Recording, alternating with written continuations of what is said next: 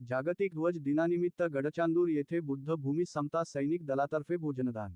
आज दिनांक 8 जानेवारी 2026 रोजी जागतिक ध्वज दिनानिमित्त गडचांदूर येथे बुद्ध भूमी समता सैनिक दल, नवेगाव, ता.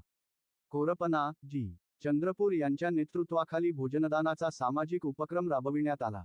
या कार्यक्रमास बबन पेंदोर, महाराष्ट्र ट्रायबल आघाडी जिल्हाध्यक्ष, आकाश पाजारे, मार्शल, कोरपना, वनमाला कातकर, सरपंच, ग्रामपंचायत वरोडा, सुनीता करमणकर, धनराज निरंजने, ज्येष्ठ समाजसेवक, सिद्धार्थ कातकर, छबू मुन, राणी वेलेकर, जयश्री डबलवार, वर्षा मेश्राम, ज्योती कातकर, गौतमा दुबे, माया निरंजने, राजेश्वरी कोटपलीवर, मेघा कातकर, मीरा कोल्हे, दक्षित धोटे, शुभम कातकर, सुशील, लक्की, अर्चित, सम्राट, राजेश, रोहन तसेच समस्त नवेगाव समता सैनिक दलाचे मार्शल मोठ्या संख्येने उपस्थित होते।